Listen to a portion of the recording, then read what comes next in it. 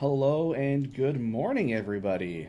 Woo. Yeah, what's What's up? up? I appreciated all the finger guns you were doing while we were waiting. Yeah. I could kind of see you zoom, and you're kind of doing like dancing with your hands. It was great. Yeah, I was trying to do the hand jive. Hand drive. Well, good morning, everybody. My name is Shawn, in case you didn't know, and I'm coming to you live from the safe, isolated confines of Codename Entertainment streaming room in beautiful, kind of warm British Columbia, Canada. And with me today, of course, you know him, you'll love him. It's my best friend Lee. Hey, what's up, forever best friend Hey. Shawn? Favorite time of the And week. brutal taskmaster Sasha. And Taskmaster Sasha hiding in the background, co-producing and moderating the stream with us today. It's gonna be a good one. We got some really cool stuff to show and showcase, and I'm excited. I hope you are. How's everybody doing so far this morning? Bright and early at 10 a.m. Breakfast I'm having doing people good. besides me. No, I had Speaking of I had breakfast my apple having, this morning. I had I'm my like a apple. like a toaster crisp or something. A toaster crisp. Yeah, I don't know. Maybe I made it up. Yeah, sounds like it. Oh, so the hardest thing to do is like figure out what to do first. Like What do you mean, pancake wise? Yeah, pancake wise. Like the list we get is always like, oh, there's so many cool things. Like Right, we know who right. we're doing last, right? Easy. But like Yeah, the other ones, they're like, oh, like who do you go with first? So yeah. And then I'll throw out like an idea, and you'll be super on board, and then Sasha will come in, and I'm like, no, yeah, no. yeah, no, don't do that. No. And then I cry. I mean, we're on this. We were supposed to start at 9 a.m., but the I put out an idea. You love it. Sasha shoots it down. Yeah. 45 minutes of you consoling me while I'm crying into my griddle. Yeah. I mean, I can tell you right now, 9 a.m. No good. No good. Yeah. We tried it once. Yeah, It was- I am barely awake at 9 a.m. for work, let alone have to be a personality on stream, right? So Well, let's say we start up a pancake. Yeah. Because we did end up figuring it out. yeah. Michael USA is asking, was there ever a bad Lee pancake? I never saw one, but maybe it was a flop. I mean, every artist has one that kind of goes like, ugh, oh no. Right. And then it's like, I will think differently than perhaps you, the fans and viewers, will think. Like, do I feel like there has been a pancake or two that were to some degree total failures? Sure. Did Yeah. they? But that doesn't mean they were necessarily bad. It just means I saw, like, for me, I can see like a wandering eye or something that's just a little bit Like a little out of place. not how I'd want it. Yeah. Yeah. And for me, as the guy who's making it, I'll just be like, well, I'm a total failure now. Yeah. But that's just me being hypercritical. So, Yeah. I mean, I did a little stint in a recording studio when I was younger, and one of the guy who's working, who ran the studio and owned it, he told me like to never let the people who were recording listen to their stuff until it was done, because there was always something little they want to change, and if you keep doing that, it's just gonna eat at you forever, and it'll never be perfect to the creator's ears mostly. So, right. yeah. Also, one thing that you learn when you're doing, like when you're actually making the pancake art for people, like at an event, is no matter how you think it did or how it actually did, your face and attitude is always, it's perfect. Yeah. You gotta put on Because that if you customer start service saying like, smile. yeah, like if you start going like, oh man, I'm not happy with this one, huh, guys? And it's like you're making it for someone, then they are gonna start to see the faults that you think you see. Yeah. But even like, especially it's like a cooking thing too. You know, a good attitude and you know the proper like mindset. Yeah. Well, it's the Makes customer things taste customer better, service yeah. base, right? Like, no matter how much it sucks, you gotta smile. I'm like, hey, this is great. Hope you enjoy it. But on the inside, you can be like, oh no. But the good news is, with Idle Champions, and doing Griddle Champions, just the work and the practice that I've ended up getting because of all of this, um, that mentality for me is so far and few between. Like I love most of what we make here. Yeah. I don't think we've had I'm bad at being an artist because I like a lot of what we do. Profano87 says, "Morning, Shawn and stream." Good morning. By the way, Shawn, did you finally eat before the stream? I did have an apple on the way to work this morning, so just enough to kind of keep me going.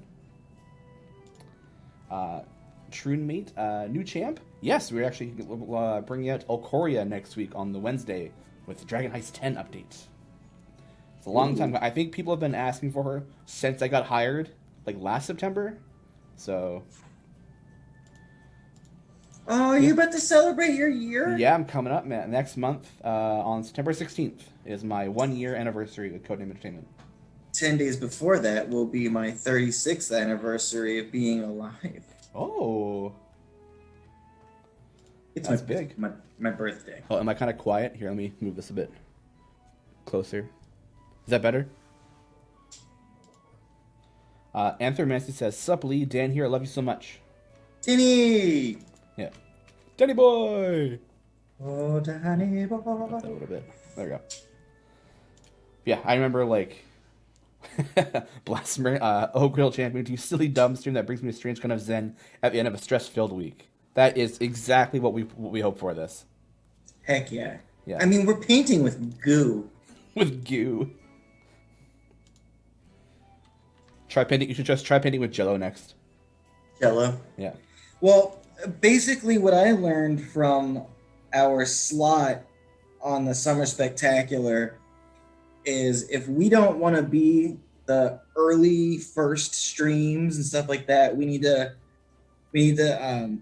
transfer our game into a different food item. Like I was thinking beef Wellington art. Yeah, yeah. You know, just like carving a beef Wellington into Minsk or Boo. Yeah. We could always, instead of food, just do ice sculptures. Yeah. You know what? It's too hot where you are. Don't have the space. Yeah. Yeah. Ice sculpture is even more of a ticking clock than pancake. Yeah, especially in Phoenix. It's way too hot. You ain't lying, bud. Blasphemous. Yeah, we can make a Melf Wellington. Ooh. Love it, love it. All right, so what? Okay, chat. You've just opened all of floodgates. What would the names of the? Yeah, like we're doing champions, and we're deciding on like what food there would be. Like like Dan cake. You know, we're changing up the name. What would it be? So we've got Melf Wellington. Oh man, I need more. Yeah, that's. We need more food puns from champion names. Well, let me pull up a list. Oh, that's. I mean, Donar could just be Donair. That's easy. Donuts. Yep. Caddy Brie brisket. Oh, I love it. Caddy brisket. I like it. Yeah. Gel Axel. Yeah. Gel Axel. Blueberry pie. Yeah. Blueberry pie. I don't know how to pronounce it. Avrin? It's Ajvrren. Avrin. Dritzed it, like cheese it. Yeah, we're going to put a dritz all of... I don't know what I'm going to put a drizzle of. It's just... Oh no, I just realized something. Uh-oh. I know. Ooh, Melf Marscapone. I like it. Melf Scapone. Yeah, Melf Scapone, yeah.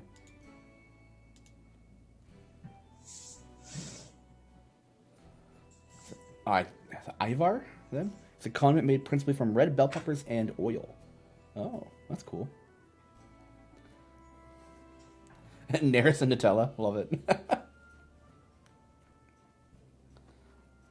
Be sure to wash down that brisket with an ice cold Icewind brew, Nor. Stokey stock. Like it.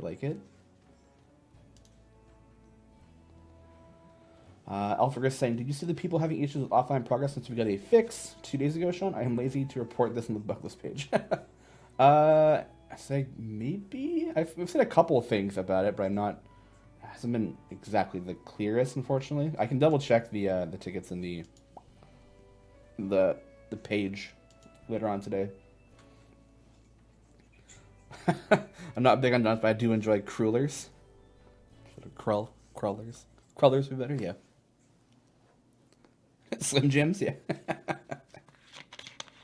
You guys are so punny.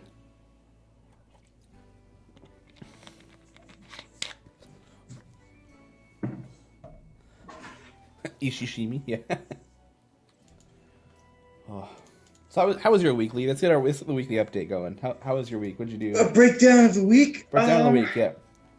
It was good. We ended up missing our Alien game on Wednesday. Oh no! I know. We'll be back next Wednesday for that. But because of that, my week just felt so off kilter. So I had this running fear that I knew was unfounded, but I just had this thing like, did I mess up and like not mix batter? And are we not? Did I sleep through Griddle Champ? You know, I thought we. I saw that Twitter post you did, yeah. Yeah, I had to do that on Wednesday and on Thursday. Just like, today is this day. Tomorrow is that day. Baby brain problems. I was gonna comment on it and be like, yeah, dude, you missed the show. It's really hard to just do all the pancake art and host by myself. But I didn't want to freak. I feel like I'm gonna freak you out a little bit. No, I do not think that I would have been confused. Like if you like, oh man, you did the pancake art. I don't think I would. That wouldn't have. Yeah. You wouldn't have got me. Wouldn't have got you. But yeah, you can always make fun of me, man. You do it good enough on stream. Fair. And off stream, but it's a lot more hurtful. Just call me and tell me I'm not very good. You're not very good. Oh. Yeah. At what? Just stop. In general. Yeah. No, Shawn, we clicked so quick that it was almost like you and I went to Eric and said, hey, these two best friends need a show, figure it out. But it wasn't. It was just, hey, we got this guy Shawn, and he's perfect in every way. And we got this guy Lee, who's pretty cool himself. And then boom. He's got a magical forearm. Yeah. It's a magical form that just makes the greatest art. Well, I do my best. Well, I do declare. And I pass the savings on to you!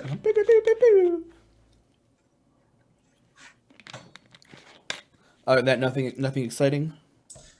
No.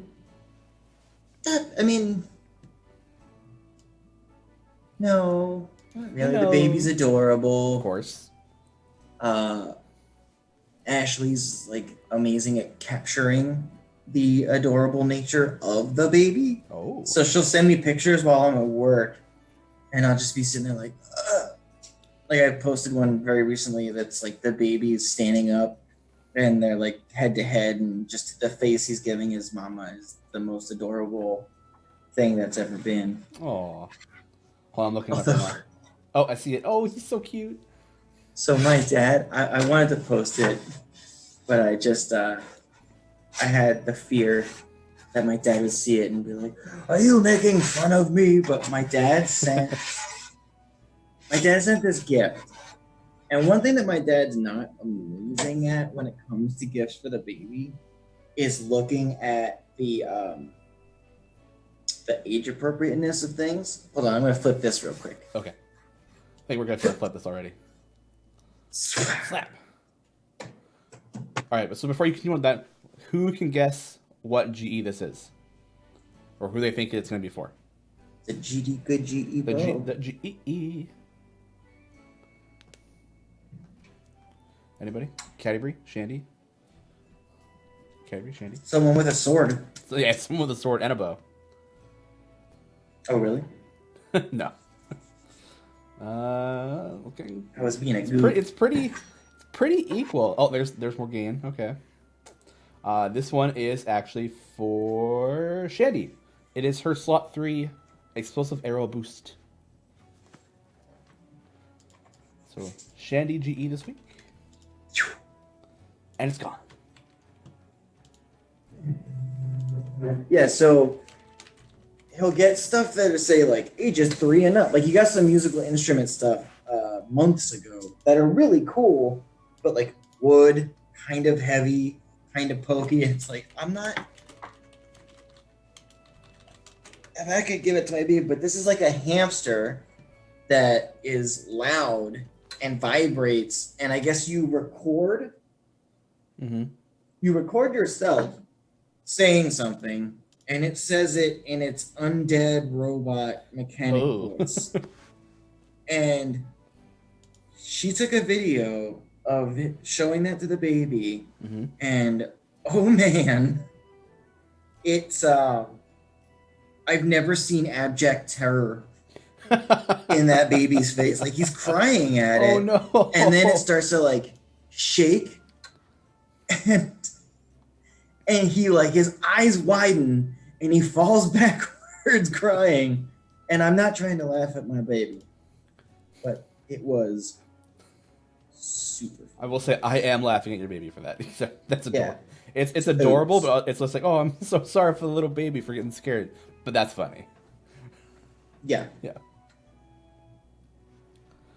Samantha Natalie says, oh no, did I miss the flip? Ooh, just came in right afterwards. But don't worry, we got a lot more coming. It was just a bow. Not a big deal. Moving on. I can't even remember what I did this week. I feel like my brain is just goo, like batter. What did I do this week? I know we had a friend come over yesterday to watch Critical Role, which was good. During the break, we played the fastest round of Catan we had probably ever played. It doesn't seem like a game that you can fast. Yeah. Well, I think we just didn't take a lot of time on our turns, so it's just like boom, like go. Oh yeah, so you knew what you were doing. Yeah, and the three of us have played Catan quite a bit, so we're just like go. I ended up just dominating. Just like killing it out of the gate.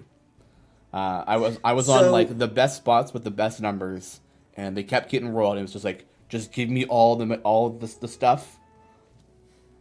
And it was just like city. So here's what I'm thinking you're talking about. Okay. You're playing a game.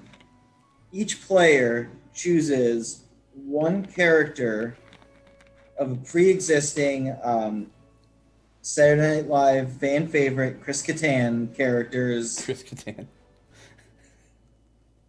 And then it's just this long board game where you have to be the most Chris Kattan. Yeah. And like you can, like, instead of Park Place and things like that, you've got like a Roxbury. Have you not played Catan? No. You haven't played Stairs of Catan? Oh my god. No, I've played a couple other resource management games, things like that.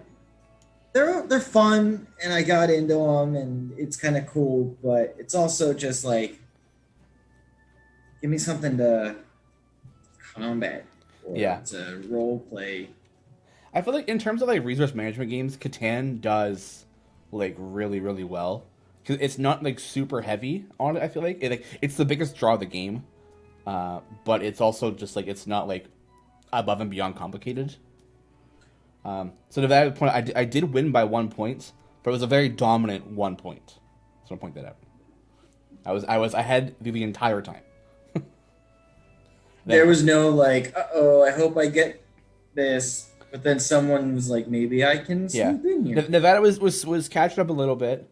But it's because her and my friend Jacob, who was playing with us, they were trading back and forth quite a bit, and I just wasn't trading. I didn't need to. I was just like getting so much the entire time that it was a very dominant win. I've heard Kyle account. Wingspan I've heard is really good. I haven't played it yet, but I know it's like one of the top board games that come out in the last little while. Sugarman19 says, who is the best champion out of Omen, Ishii, and Jim for the current event? That's difficult. It really just depends on what you need. Jim is a really good DPS champion in the early stages of the game if you don't have Zorbu. I used Jim a lot when I first started playing because he happened to be out. Actually, it was this event right when I started playing, so I got Jim really quickly. I love Ishii. I think Ishii's a great champion. I think it's really cool. She's not the best, obviously, but I think Ishii's just really fun to play around with. And Omen's just a really good support overall. So they're all good. Like I would rank them Jim, Omen, Ishii, but I'd want to put Ishii a bit higher because I like Ishii a lot. But yeah, and Jim's really good for Strahd. So, but it really just all depends on what you're looking for.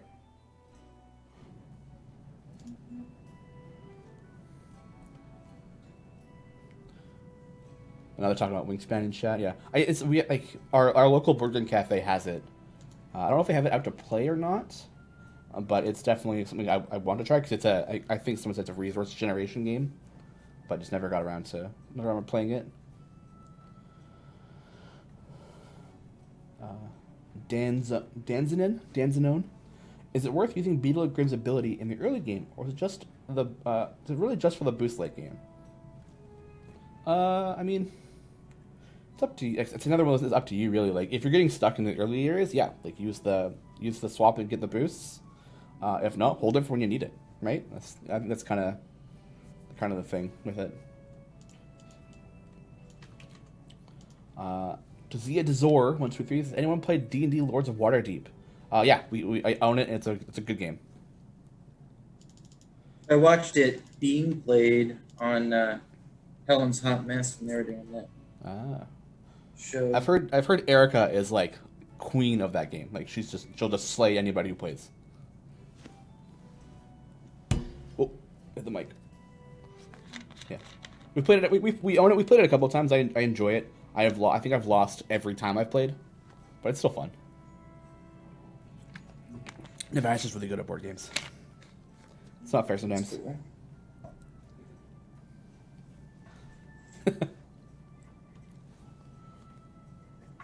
Blastbar 2016 just started my patrons this week. Do patron variants reset each week along with free plays or just the free plays? Yeah, so the variants act as the same. So once you've completed a patron variant, it's done. But then if you do it for Mert, but then you can still do it for Vajra and then Strahd. So you need to play through the variant at least 4 times until next patrons come out. The national animal of Canada is the cobra chicken. That is correct. Cobra chickens are spooky. What? The Canadian goose. Those guys will mess you up.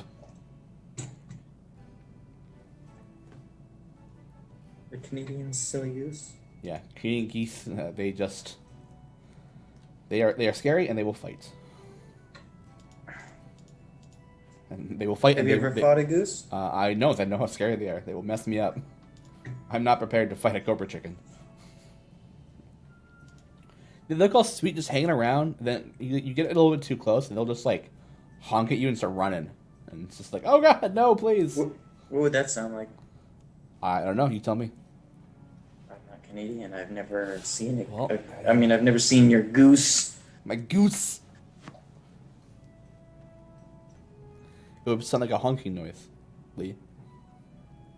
Demonstrate for people. You can't bully me into this. That's not fair. Do it, do it, do it. Oh my God, you want to do the it. peer pressure. Sasha, record yourself making a honking noise, and we'll play that. Yeah, send that on over. Yeah. Zia Zoro 23. Is there a D&D Cards Against Humanity set? That'd be really dope. That'd be pretty funny. Yeah. I don't think they have one yet. But that would be pretty neat. It feels like it would be very inside baseball, though. Like, if you don't know the lore really well, then it's...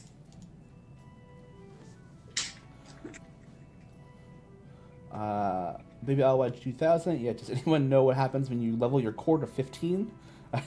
Sasha's just like, yeah, I don't think so either. You're not going to get a honk at us. Does anyone know what happens when you level your core to 15? Does it stop getting experience points? Yes, because it is done leveling up once you get to 15.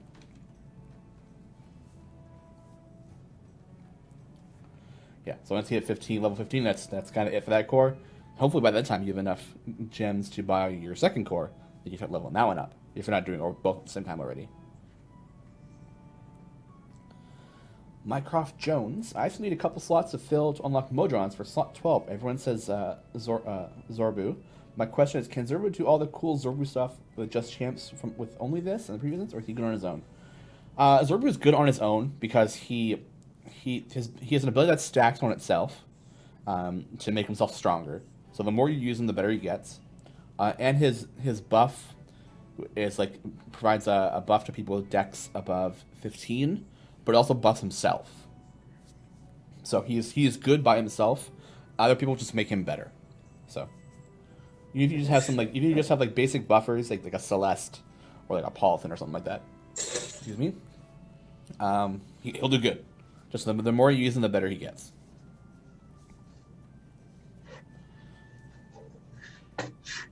Yeah, the core gets to 15, the game explodes, and it just resets everything. Entire progress is gone. Oh god, that ticket would be horrifying to get. Yeah, my Modron core finished up, and I reset back to 0. Oh god, no! Yeah. I had to reinstall in the beginning. I had to reinstall Windows 10. I don't know what happened. Ready for some flip? Oh, we're going for flip. Let's do it. Let's do the flip. Kill. Boom! It's a big owl bear. Owl bear. Owl bear. So this is one of the. Actually, Dylan didn't explain where it is, but I know it's an upcoming monster. So. The snowy owl bear. Yes, the snowy owl bear. Not a baby one. This one will, in fact, rip your head off. Yes. Yes. So everyone loves an owl bear until they gotta clean up its poop, or the mess it leaves from you tearing mauled apart. by it. Yeah. That's what you put aggressive owl bears in your game, and the parties are just messed because everyone's like, "Oh, it's an owl bear. I need to tame it." Oh, it's so cute. Yeah. Then, I actually don't think I've fought an owl bear in game yet. Yeah, because people are too afraid to make it an enemy. Yeah. Everybody wants you. Yeah, ooh, baby owlbear getting a buff. Yeah, that's it. If you have the baby owlbear on the field while this one's out, it gives bonuses. No.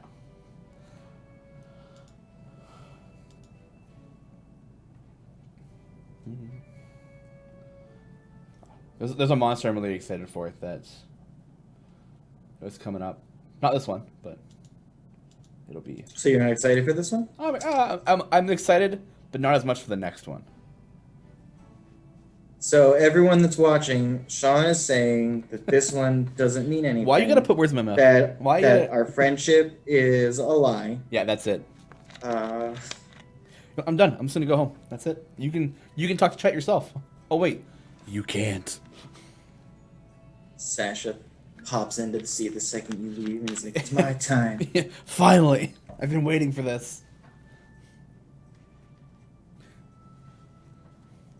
Shawn doesn't need help getting in trouble. That is true. Owlbears attack horses and our horses in my game. No more mounts walking out. Ah, that sucks. One of my players is a cavalier, so you try to attack the horse and he just bats it away pretty much. So many bonuses to avoid attacking the horse. It's frustrating. Well, yeah, I mean, it's one of those things where it feels like, oh, great, so this thing is impossible to attack, but then it's like, otherwise, you've got this horse that is very killable. Yeah, like a 50 HP war horse, or a riding horse, whatever, that's just running around. Yeah, because the cavalier can any attack directed at the horse, he can deflect to himself, and it also has advantage on dexterity saving throws.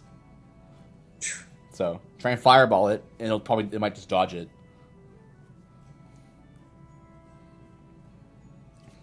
Yeah, I'll kill it and the skeletons one day. That's my promise to you. That's my promise, yeah. Baby Lord 2000 and Mr. USA distracted me and I missed the flip. How did it turn out? It turned out good, as always. Oh, Oh, it's sweet. it's a tweet. Michael USA says, Shawn, speaking of trouble, any entertaining Artemis and Apollo stories? No, they've been pretty calm recently. They haven't. They pulled down our curtain a couple days ago. I think last week. That's kind of annoying. And when our friend Jacob came over yesterday to watch Critical Role, Apollo, he's a bit of a chunky boy, is for some reason just absolutely terrified of Jacob. Don't know why, but he'll like freak out and like squat down and like shimmy himself under the couch or like the art bookshelves. But it's funny because he's so big, he has to get on like lay down all fours and like shake his body and like shimmy his way in stuff. But then he'll like sit there for like a couple hours while Jacob's over. So we're trying to get him like acclimatized to Jacob, but it's he's not having it. We're gonna need to have a discussion with your character design and art department on these characters with spikes everywhere. We just like the spike aesthetic. There's not a problem with that. I know, and it's like it's all very Avernus to have spikes and gorging and all that kind of stuff. Yeah. Actually, I don't know if this guy's from Avernus or not. I don't think he is. Yeah, Dylan's just like, here's the art that we're doing. And yeah, that's it. That's all you get to know. It's like, oh, okay. That's all you need to know, man. It's Yeah. friggin' so cool. Yeah. Yeah, then as Nevada saying, Artemis, on the other hand, totally fine with anybody as long as she gets fed. You shake the treat bag and she just comes running no matter what. She is incredibly food motivated. And yes, the cat, as Nevada says, the cats do love me more. I don't know why. You, Shawn, or you, Nevi, for saying the cats love me more? No, they love me, Shawn, more. She's sad. Sorry, Nevada. I don't know what it is. That's why I don't pick them up all the time. I hate being picked up. Who feeds them? We both do. She does a morning feed, and I do a nighttime feed. It'll be interesting because I'll be like sitting in my office, playing like Divinity at night, and then Artemis will like walk in the room at like 9:00 and just give it a loud like meow and like sit there for a couple hours and just wait because we feed them at 11. And then like every like half an hour to an hour she'll just meow a couple times, let know like I'm here and I'm hungry, and she'll just keep waiting.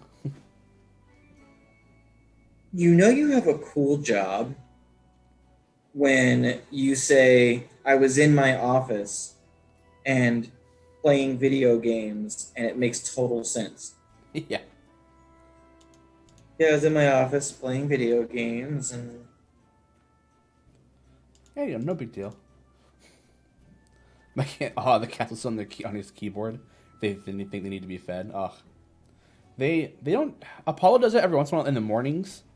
He'll come at like 10:00 and jump onto my onto the desk, and like, but he won't lay on the keyboard. He'll kind of lay like in front of it, or he'll just like stand in front of the keyboard and like try and get like pets and stuff. So it's either he's hungry or he just missed me and wants to say hi in the morning.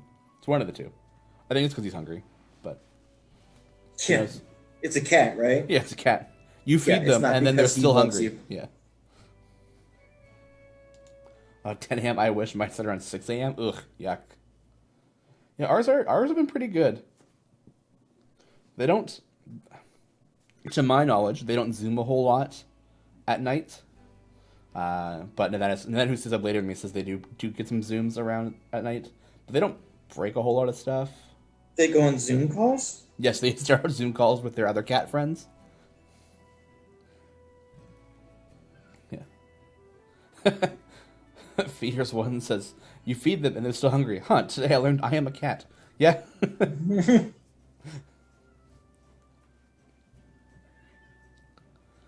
Zoomies up and down the hallway chasing shadows. Yeah. Yeah, these two are I don't know if it's just like they're just very calm cats. But, like, they mess around every once in a while. But like when it gets to be feeding time, they get a bit more active. Then we feed them and they just kind of go back downstairs, lay down, and just relax again. So I just feel like our cats aren't as like hyperactive as other people's cats are, which is nice. I'm kind of happy with that. Yeah, a hyperactive cat can be a bit of a pain. Yeah. The only thing that's a bummer is our dog is a little bit older, so I have to take her out to potty Mm-hmm. no earlier than like 10 so that she doesn't do it somewhere in the house. Oh yeah. Hey, baby. My partner just popped out. Oh, Just sneaking say in. hello. Yeah. Are we gonna get her forearm on stream? No. Heck yeah. Let her do a couple lines, and then you're good to go. Wow, Lee can pronounce house just like a Canadian. Is house pronounced differently at other places? Do you guys call it the hoose? House? Don't you call it house? No, right in the hoose. In the house? Yeah. I mean, I don't know what you say. Here it's house. That's the appropriate way. Everything else is just Everything silly. you say has to be hot. Ah. Yeah. You have to wonder if the person is actually choking on the words. Or the air is just too hot for the words to get out fully. Ah. Johnny has this new dude to boot it. All the goose around the hoose. It's funny because like the stereotypical like Canadian talk I think is very like very eastward. It's very like Nova Scotian. Mm-hmm. Oh no, no, sorry, Newfoundland. That's it. They have that like, they have like the oots.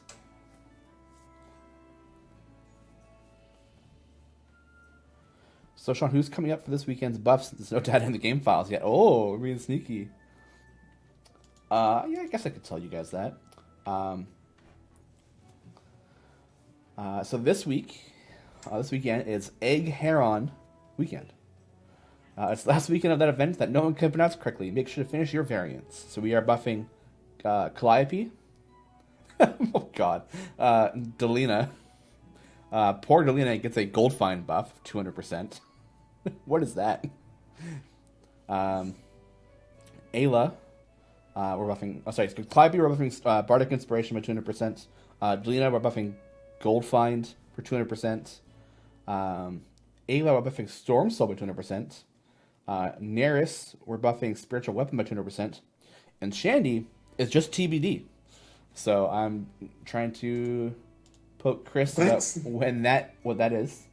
I don't think she has an ability called TBD. So Unless she's from the same island that my monk was from in our game, our D&D home campaign, when I was told, so where is your monk from? And I was like, Jude, I don't know quite yet. So just for now, it's TBD. yeah, And then it ended up being the island of Tabidi. I like it. I like it. I gotta imagine I'm not the first person who's ever done that, though. Yeah, it's probably been some people. Okay, Chris Dupuis is on it. He's like, I knew I forgot something. One moment. So I'll have that update in a second. Wait, you buffed Neris as your watching bug fix. I don't think it's fixed quite yet. But I do know about it. I will poke the devs about that to take a look at that. Because it's just, like, the buffs only seems to happen if your party wipes. And then it should be fine, but... Oh. So Shandy is a global damage buff of 200%. There we go.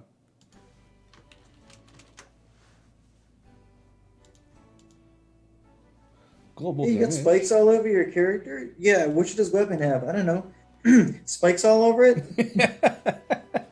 Yeah. You gotta keep with the design, right? So this guy walks into, I don't know, soldier school or whatever, and it's like, oh man, I like spikes. you're really going for an aesthetic there, huh? Yeah. You know, I want to be distinguished on the battlefield. You know, I want to be the spike guy. But then, like, kids are gonna make fun of me. all the other kids, Everyone's doing spike armor now. there's like kids in like other classes who have like bigger spikes. Oh, man, but like they got the bigger spikes. Yeah, global damage 200%. To Theodore, none of the agile allies are explosive arrows. 200%. Yeah, blasphemer. So what's your nickname? I'm Spike Guy. I'm just a guy who's got a lot of spikes. I don't know, man. Yeah. Alphagus, yeah, so basically the dads want to see Garwar use Delina for Sazaka farm in a bit. Yes. You know, I don't think he even would, though. Dash 200% win. That's a tough one. You guys, not happening yet. You guys always want more speed. Maybe one day we'll do Dash. I mean, we did a buff for Melf's speedy supplement, and the game broke. So I think, you know, we want to hold off on the going fast stuff. Yeah. Sonic the Hedgehog, guys. Yeah. How big of a gold buff would you need to use Delina in your party for your Azaka farming?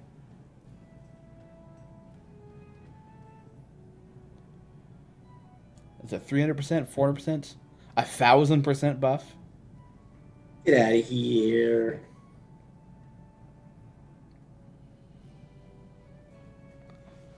Yeah, Maelstrom I Delina miss her when weekend. she's gone. Hmm? Delina, if they ever leave, people are just like, oh, I'm gonna miss her. Yeah. Maelstrom 7737 Delina weekend. Only Delina is buffed and with gold fine speed and damage. Yeah. Yeah, she's the only one that gets all the buffs. It's just not worth it to advertise a champion that doesn't normally have a gold fine buff. Yeah, I do agree. I do think a little funky, but you know, she's a base champion. It's good for the weekend to help get that extra favor for new players. So yeah, Melf plus just Deacon plus B potion equals game trouble. Even when we reduce the buff, some players saw too much speed for the combo. Yeah, that's what Erica's saying. If you go too fast, things don't go well.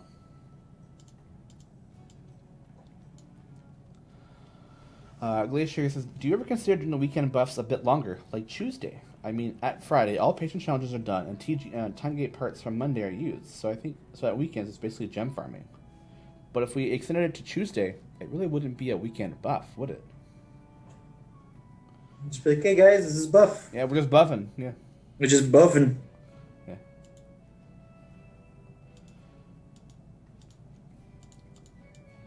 Yeah, I mean, like, it's like the buffs are good for like obviously weekends like this, event weekends, time gate weekends. So call it a week buff then, yeah. But then it'd be Monday to Friday, right? And then you wouldn't have anything over the weekend. And then if you call it a week buff, people are gonna think, oh, it's just a week buff. It's weak, yeah. It's not a strong buff.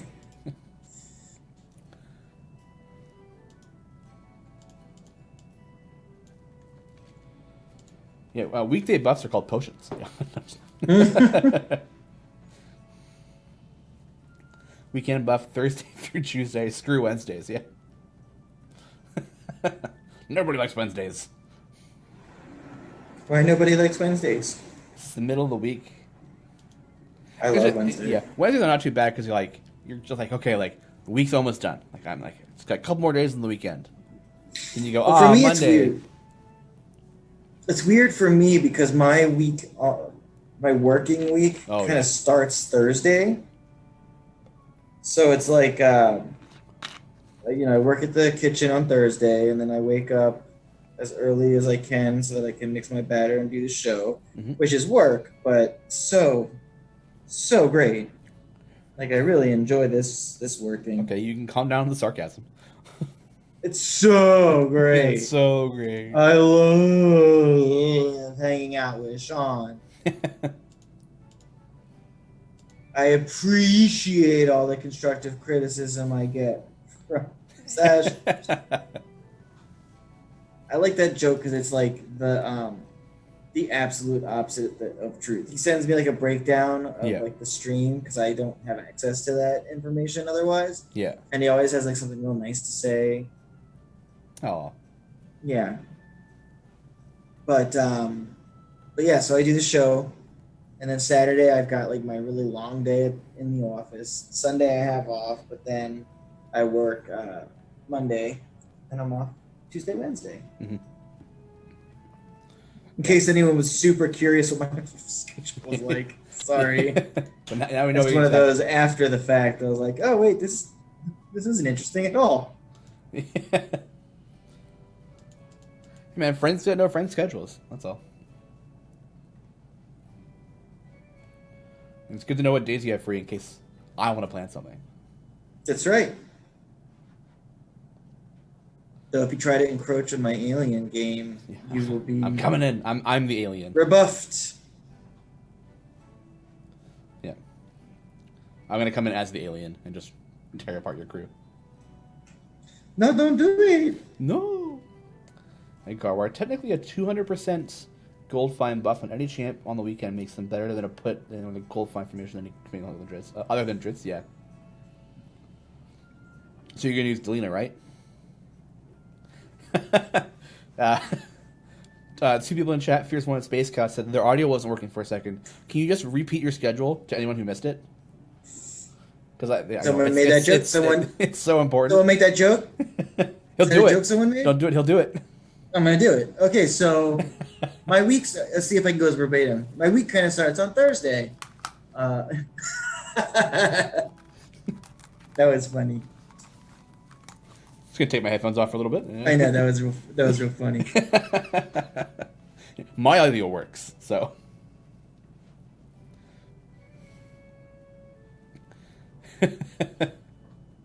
Fierce One. Oh, now it's on. I'm going to ironically enjoy this. It's a joke or a threat, yeah.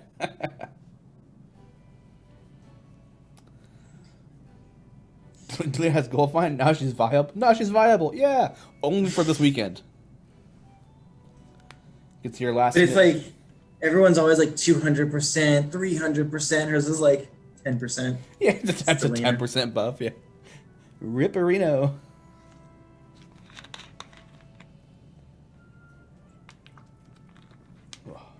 So weird when I get like a random like of a pancake from April 2018.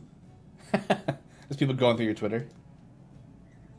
Yeah, well, while this is cooking, I was just seeing if anyone's like, "Hey, Griddle Champions is amazing," but I did a pancake. It's not super accurate from 2 years ago, but it was like of Travis Willingham and Laura Bailey together, congratulating them for their baby. Oh, for running, yeah. Which I forgot that Laura actually liked and commented on. So that was kind of cool. But yeah, but I got someone liked it almost 2 years later, and I'm just kind of like, what? How do you come across that? Thanks for the like, yeah.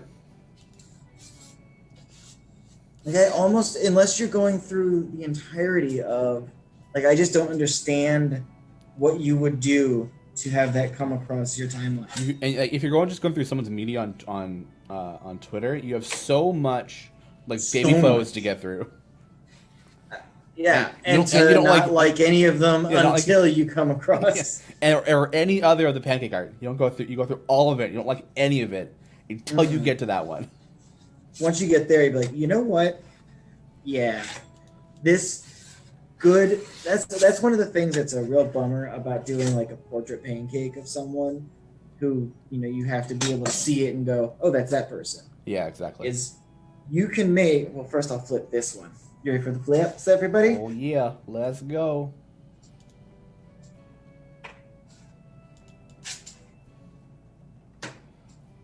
Oh, Spiky Knight. This is actually monster. It's a monster that is the Black Earth Guard, which I assume is coming from Ram the Frost Maiden. I think. I'm assuming that's where these monsters are coming from. So. Yeah. the color scheme on the Yeah. snowy aspect. The snowy aspect of the owlbear makes me feel like, yeah. Nevada says, "Wow, all the spike work Lee did paid off." Yeah, I took like a close up picture of this gauntlet just because there's so much like little detail. Oh in yeah, there. yeah. People are people are like, "Where are his knees?" they're here. Yeah, Hargo's like, "I don't feel my knees. Oh my god." I don't feel so good, Mr. Stark. Yeah. My legs.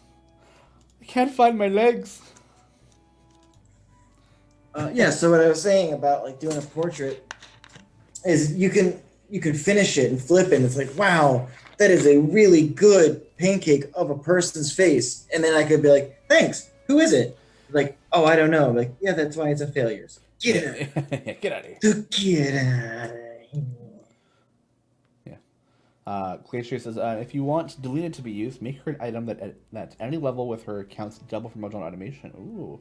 A hate champion which had an effect on counting Mojang levels for core. Such a champion could even crawl. Yeah, that's fair. I mean, that's almost like... It just feels like you're forcing her into it, and... Like, you know, like, you have to use Delina now. And, like, people are like, I don't Quit want to. trying to make Delina happen. Yeah, quit trying to make Delina happen. It's never going to happen. One day. Maybe one day she'll get, like, a rework or something. The Black Earth Guard was an adventurer once. He took an arrow to both knees. And he's that combat wheelchair that's been making its way around Twitter. Oh my gosh, that's so cool. Yeah, I love it.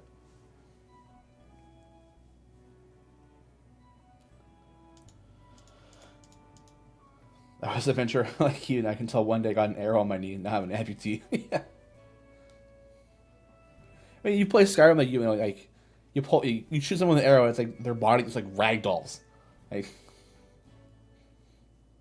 the force behind those arrows is crazy. Did Goblin Artificer make the combat wheelchair? I'd hope so. Give it little jetpacks and stuff. Yeah, ballista arrows, yeah. Yeah, like this, like, every build in Skyrim always devolves into, like, sneaking with a bow. Like, I'm gonna do two-handed, like, magic, and it's gonna be so much fun, and, like, 2 hours later, you're already, like, hiding with a bow. You're like, oh, man.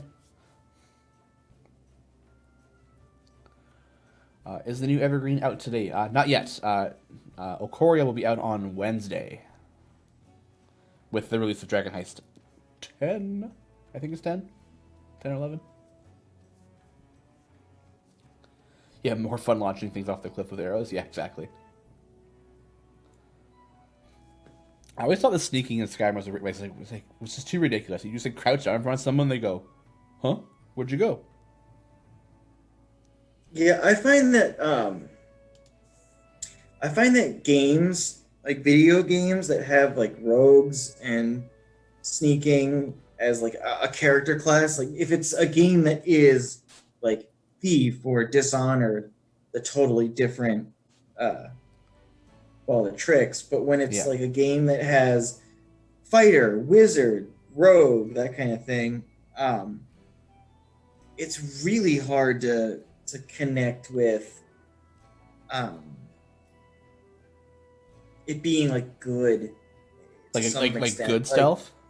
Yeah, like to be. I mean, not good as in unusable, because there's some really awesome rogues, but that feeling of when you're a wizard and you're casting magic, or you're a fighter and you're just beating the crap out of people. Yeah. I don't feel like you get that feeling of being rogue, being stealth. You just are like, yeah, I just have to run behind this guy so I can hit him in the back. Yeah. With this attack. But then once you're there, it's just like, oh, now I'm just not a good fighter. Yeah. I have the character I'm playing in what's it called? Divinity Original Sin 2 is a rogue, and like I very rarely sneak with him. It's just like teleport behind you, stab in the back. Hey, you're already dead. Oh my! Right, well, and that's the thing is, you lose some of that like the freedom of like, okay, so this I'm gonna use this spell, or this I'm gonna use this attack, and then this attack, and then but you're like, I gotta just try to make sure I get the one shot, Yeah, and then run away. yeah. To see, Theodore gets it. Huh? The Omae wa mo shinderu. Nani? You're already dead. God, is that Fist of the North Star? I think that's what that's from. Mr. Blonde 42. Good morning, Al Champions. Good morning to you too. Just Good what, morning, my friend. what have I missed? Some pancakes. You know, the normal. I went over my schedule. Yep, a couple times day to actually. day. Yep. Yep. And now that you're here, let's just start it over. So on you- Thursdays, it's kind of like I start my week. Yeah. You have missed. So we did the GE for this week, which was Shandy's bow. It's for her slot 3 for explosive arrow. We've also done an actually big snowy owlbear, and a black earth guard, which are 2 upcoming monsters. Regards. Guards. Barney 9. Quick question: why does Minsk use a sword when he's a ranger? I typically think of being ranged with while Caterbury's a fighter uses a bow. I typically think of fighters as melee. Man, you got to break the norm. Yeah, there's some really good stuff for rangers that, Yeah. frankly, don't need you to be a bow user. Yeah, like Benjamin says it pretty good in chat. Ranger is more of a way of life, less than a fighting style. Like, sure, Rangers are good with bows, but they should, like, they can be strength-based. Rangers are actually pretty good. There's a build that goes around that if you're allowed to do it, you get like polearm master, sentinel, and tunnel fighting. So then anybody with it, yeah, it's like a Unearthed Arcana fighting style. And if you get those 3, anybody that enters within a 10-foot range of you, you get a reaction to hit, and you have like unlimited reactions to hit them. So you can make like attack of opportunity. You start whapping people as they walk by. But then if you go bugbear, you get a 15 to 20 foot reach. So anybody within 20 feet of you, just like whap, whap, whap. Yeah. I do want to play as a bugbear in a setting. I think that'd be fun. Yeah. Mr. Blunt says, cool, new monsters. Lee's schedule. I'll have to rewatch the VOD. Sounds good. Trent, there's a reason why that Tunnel Fighter hasn't been published officially. Yeah, it's too good. Yeah, Bugbear can get 15-foot reach with a polearm. Yeah, it's too much. Like, nobody gets past you if you have Sentinel. Like, it's just gross. Have you ever used an Unearthed Arcana? I have not yet. No. To let your players, if they want to. While it's still Unearthed Arcana and not. Yeah, I'd be okay with it. Like, I'd probably want to read over it first just to double check it all.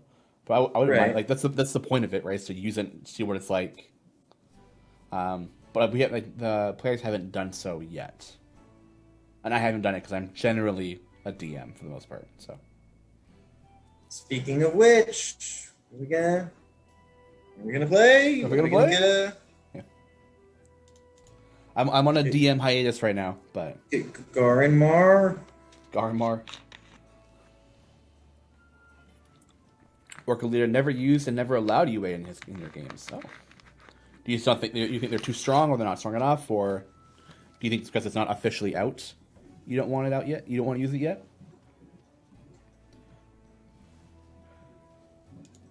As long as it's not anything from like the D&D wiki, that's just all like homebrew stuff. Like, I'm pretty open to most things.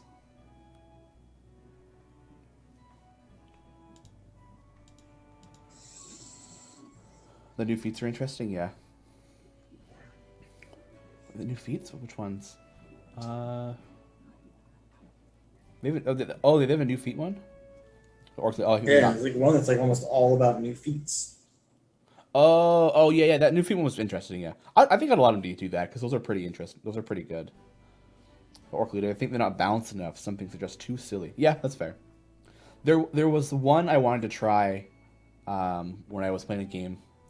I don't remember what it's called, but it's a wizard that can adjust the damage type of spells. So you cast fireball, but instead of being fire, it could be like radiant or necrotic or like ice or something like that, right? So, or cold damage. I thought that was pretty interesting. Like, be able to like adjust the spell to match what you wanted to do.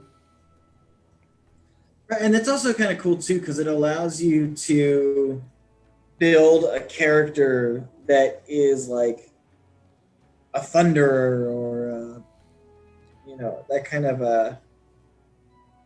I'm an ice wizard and things like that, but without being kind of stuck to like only being able to use the ice spells. And yeah, like I can only cast ice storm because that's the only spell I like, right? So. Fenor, yeah, we always allow UA in our games so we can test them properly. Nice. We balance them on the spot if needed, except to the Mystic. Oh, that the Mystic class, yeah. Baby LYG, UA stands for Unearthed Arcana. So that is it's like stuff they say like this is something we kind of want to put in the game, but it's not in an official book yet. So we're gonna put it out there, and players can choose to test it to use it if they're in their game or not if they want to. So it's like here's some like upcoming ideas for what we kind of want to go, and then whether or not they use it later, it's up to them. Yeah, but sometimes aren't they also not as developed? Totally, yeah. Like I'm pretty sure that I was gonna in our campaign. I was thinking of doing like a psionics character just to check it out. Yeah, but it was only up to like a certain level that they had it or something. I don't. It's been a while. Wow. Yeah, some things definitely, like Orcus literally is saying, like some things definitely get dropped. It's like no, they put it out, people play test it, they send in their thoughts about it, and then the team at D&D go, you know what, maybe we don't want to do this. So they scrap it for now, or maybe update it for later, right? Mm-hmm. How long has Artificer been? Waiting? Oh yeah, it was in and out of UA for like a long time. Sign F5233 says lots of love from India. Wow. Yay. Hey, lots of love to you. Thanks for coming to stop by. What time is it there? Yeah, what time is it in India? Yeah, quick Google search. Here we go. What time is the interwebs. 11:33 p.m. Wild. So 12 and a half hours ahead. Is it a bedtime? I think that's time. That might be time in New Delhi though. So.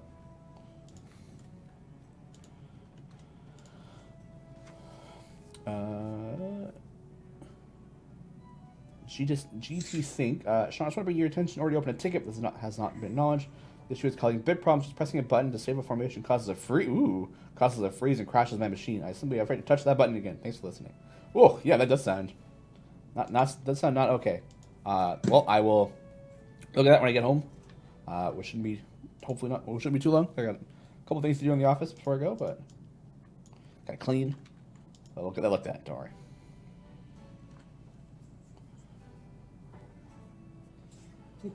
Yeah, Artificer was mostly dropped and redone. Yeah, if I remember. Yeah, I think it was dropped like once or twice, and then gone through. Oh. Okay, cool.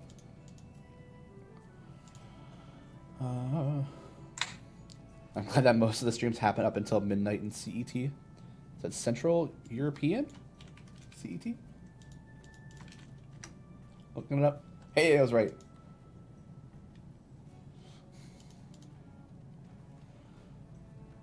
Got it.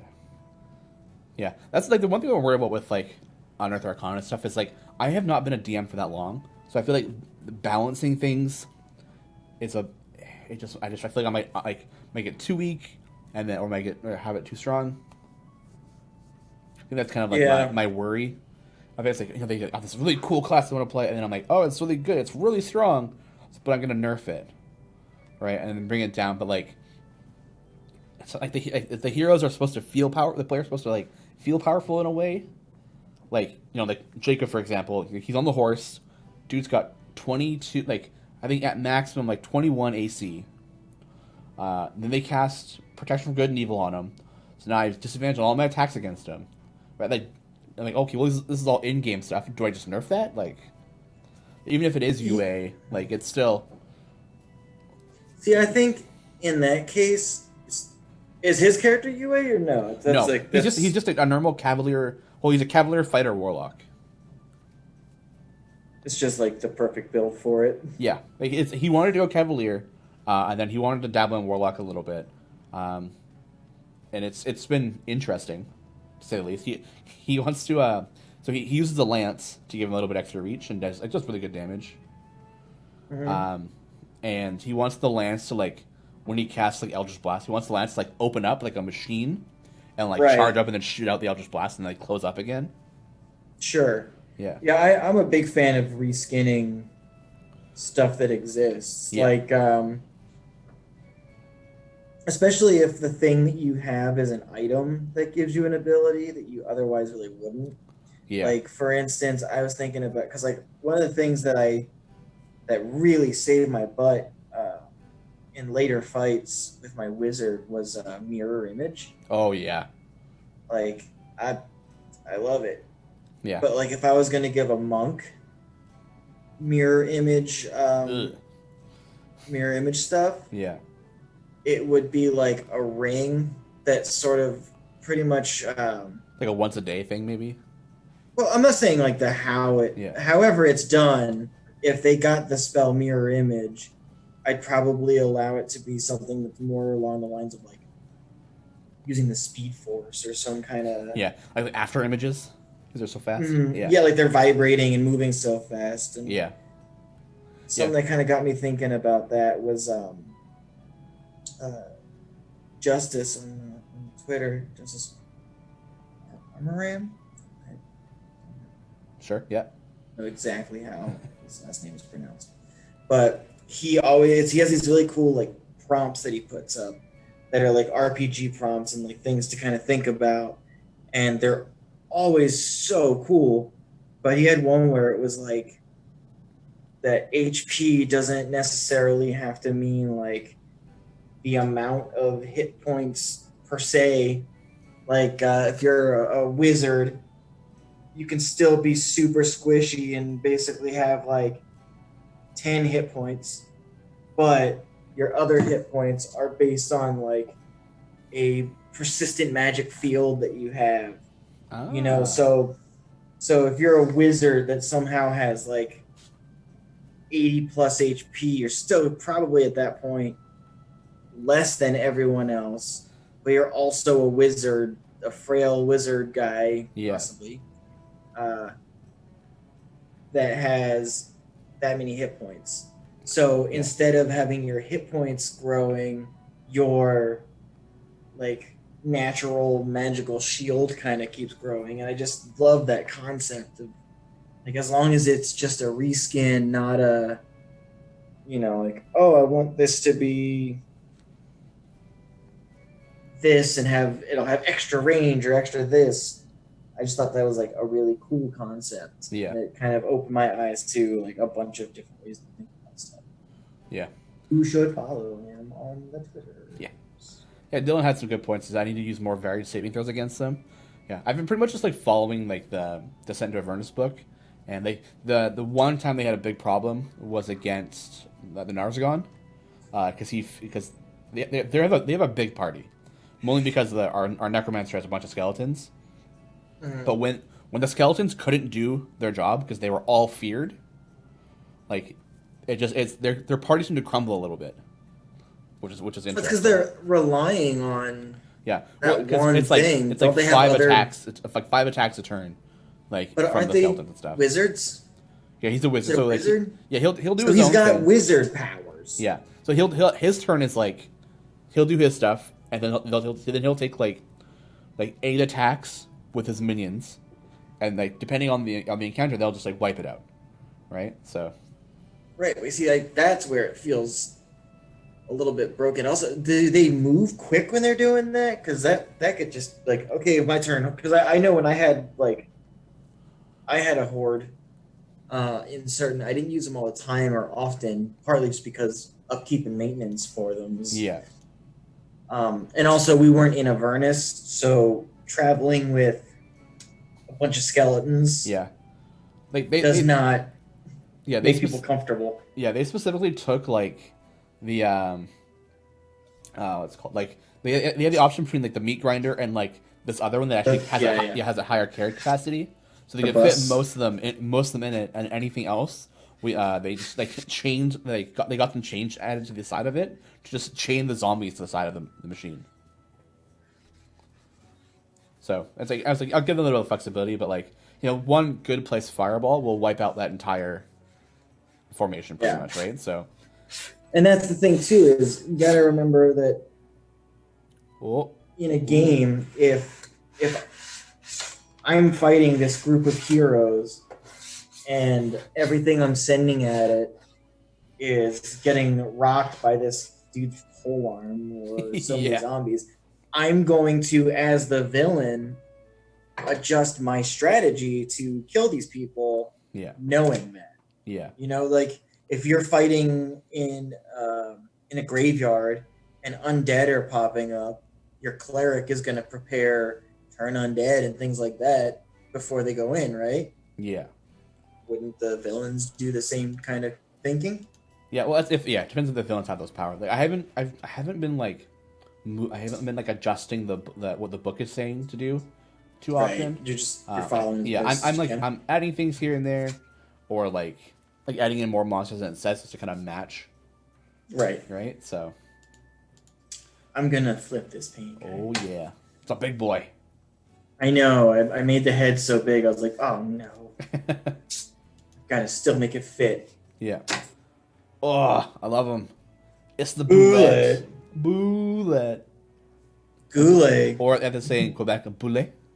A boulet. It's a boulet. I say a bullet. A bullet. I don't say that. Flip successful. Yeah, that one. Yeah, that's cool. I like the bullet creature. I'm really excited for what's gonna how they appear in game. That's gonna be a lot of fun. Ben James, I want it as a pet. Yeah, let's let Boulettes be the new owl bear. Yeah. Like a baby Boulette. It's gonna be adorable. Yeah. Phantasmic Verse 2 says, is support currently working on fixing Mojo and automation, not resting on event-free plays? I'm hoping it will work before Omen's event ends. I think it does work. I'm fairly certain I've used it. Do you have the tokens to reset? That's my question. Yeah. Ooh, another option for a cute familiar. Yeah. A baby Boulette familiar. Here we go. Send it right over to Georgia. She does all the baby ones. Baby beluga. Baby shark. There is a Sesame Street episode, or song, where it's Elmo Shark. Elmo Shark? And it's like wild. It's like Elmo fish it's like exactly the thing. It's just stealing the entire song, just replacing it with Elmo. Yeah. Wow. Oh, come on, Sesame Street. You knew better than that. Well, I mean, a lot of their stuff is parody. Yeah. Like Eye of the Potato is a really good one instead of Eye of the Tiger. Oh, Fembot Artsy Pants has never heard Baby Shark. Please do not irrevocably change my life. It's funny. I've never actually heard the song. I've only ever heard people sing it because it just gets stuck in people's heads. Well, I have a baby now, so I have very much heard it. Oh, I bet, yeah. Although he's not exactly old enough for it to have like connected in such a way that it's like again. Yeah. Does he have like the movie, like the show he wants to watch all the time? I mean, he's like I said, he's more of a baby that's 1 year old. Fair. So he doesn't really make requests yet. But that being said, he responds to Sesame Street better than anything, especially because the music. If you need to kind of get him to calm down quickly, Yeah. Sesame Street's your best bet. Ah, gotcha. But he has enjoyed Henry Hugglemonster. He has enjoyed the Puppy Pals. Mhm. And the Mickey Mouse Clubhouse. Oh, Mickey Mouse. Gotta go with the classic. It's the Mickey Mouse Clubhouse. Come inside. It's funny inside. Yeah, Dylan saying he had heard it for the first time last weekend. So that's as obnoxious as you would expect it. Just repeats and repeats. This is the song that never ends. Yeah, but that's like, My friend. Yeah. if you listen to any of the things that are on the television for the children that have music, It's repetitive. big thing is like the repetition is so key to them. Yeah. Benjam's is saying that you need to be on House Hunters. We have a baby on the way, and I make pancake cartoons. Our budget's $3 million. Yeah. Can our budget be three? Who's giving me that kind of money to do these things? Yeah. Like, yeah. You want to give me $3 million to buy a house? I will be on that show. Yeah. For you. Nevada wants us to buy a pirate ship. So Us, like the two of you, or Yeah, 'cause, us, like the Griddle two- champions. Yeah, the whole Grill Champions team wants us to buy a pirate ship. So you, me, Nevada, and Sasha now have a pirate ship. What do we do? We don't go anywhere because I don't know how to sail. So I've been sailing You once or twice. learn how to sail, Yeah. dude. Come on. Yeah. The idea would probably be to renovate it a little bit. Sell it for photo shoots. Maybe Airbnb it. Get a wormwood table in there. Oh, what? Hold on, Sasha's typing. Everyone, shh. Uh-oh. Sasha's typing. I'm sorry. I don't know what to do. I I'm said sorry. shh. Oh, Sasha, I got a pirate ship bounty castle for my birthday. What? That's crazy. What year? What's crazy is... Was that this year, like, Sasha, or like in a previous the year? answer to that question, depending on... And it's not just like, oh, when they're really little, then it's fine. There's a later time where that's totally fine, too. It's just this little bit in between where it's like, okay. It was for his 18th birthday. Wow. Well, That's pretty cool. Bouncy castles are still awesome. Agreed. You just can't go wrong.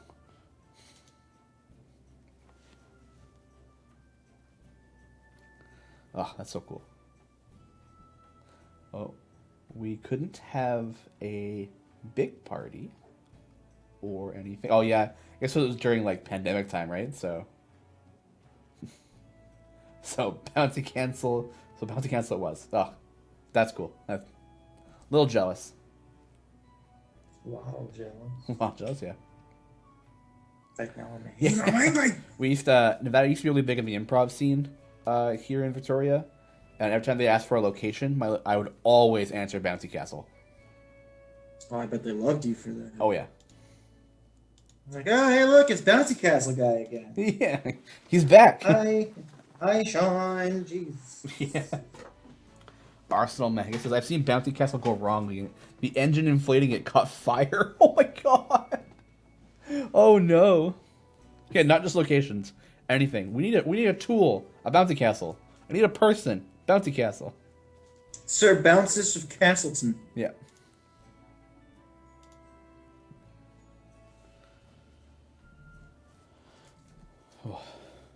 Oh, starting to get hungry. Oh no. Uh-oh. How much time we have left? 50 minutes? 40 minutes? Okay, we're good. We're good. I'll be fine. Yeah. Oh yeah, but Arctic Pants, you are literally the pirates who don't do anything. That's true. It's like, it's a little expensive. I think it was 9,500. But I don't know if that was Canadian or US, which would make a big difference.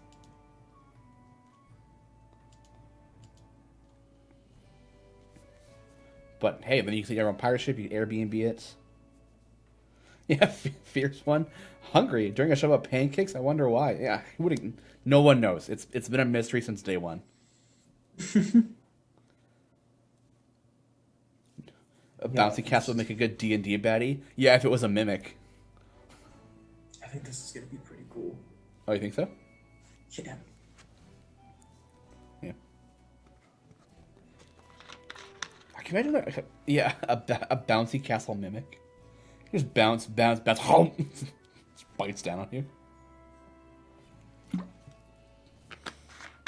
That would be spooky. Does someone eat Lee's art during/after the shows? Sometimes I do enjoy. Pretty much like the last pancake I make will sometimes be in my belly. But one of the things about the pancakes when we make them is they're thinner. I don't fill them so that they're so thick because it's just like kind of a waste of batter to do it that way. Yeah.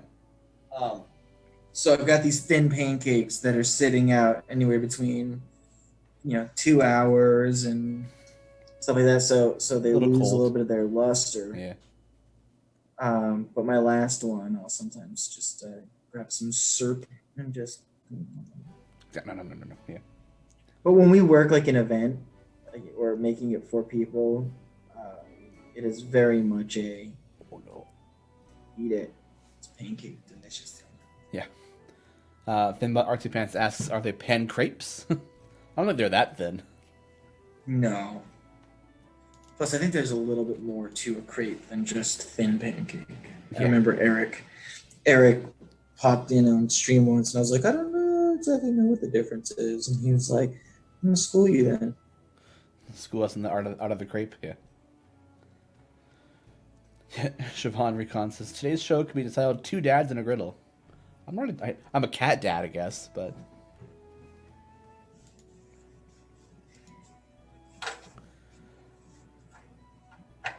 I've seen a TV show where a bounty castle somehow got filled with helium and took some of the kids. Oh, I know. Oh, God.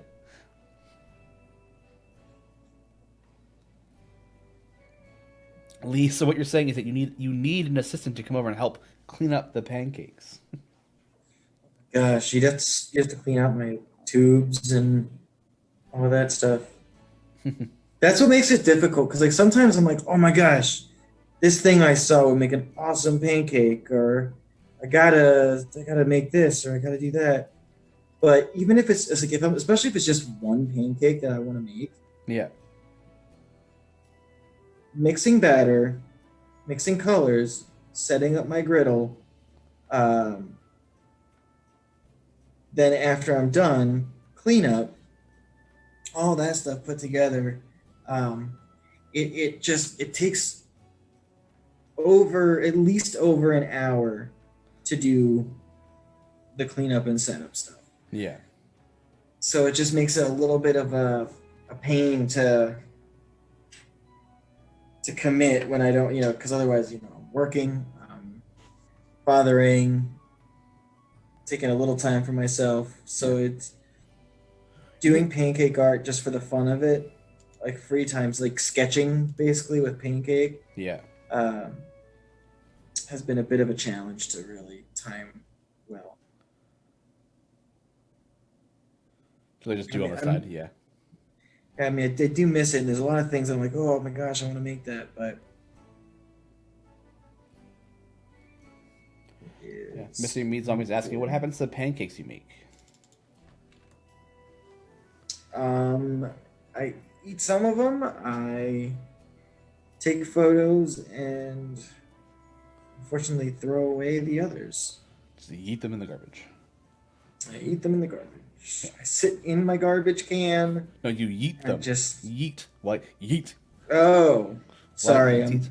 I'm almost 36. It means very little to me.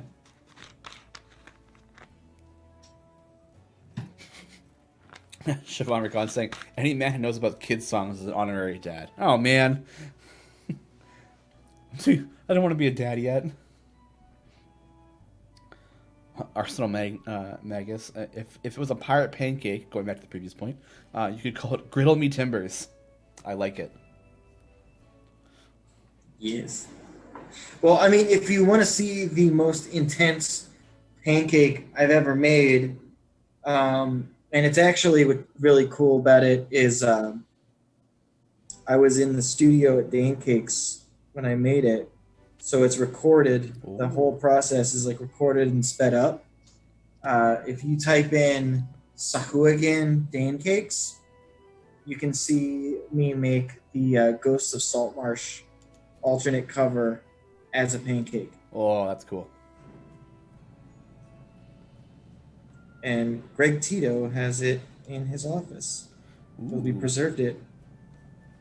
Oh, that Bowser one that got done at Dan Cakes looked amazing.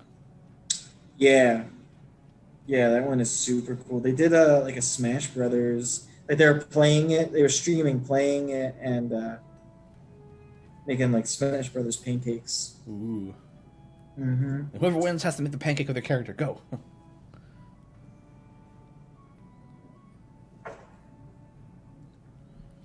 I like the Smash. I was like my friend group was always like better than me at Smash. I was always like kind of a little bit like below them.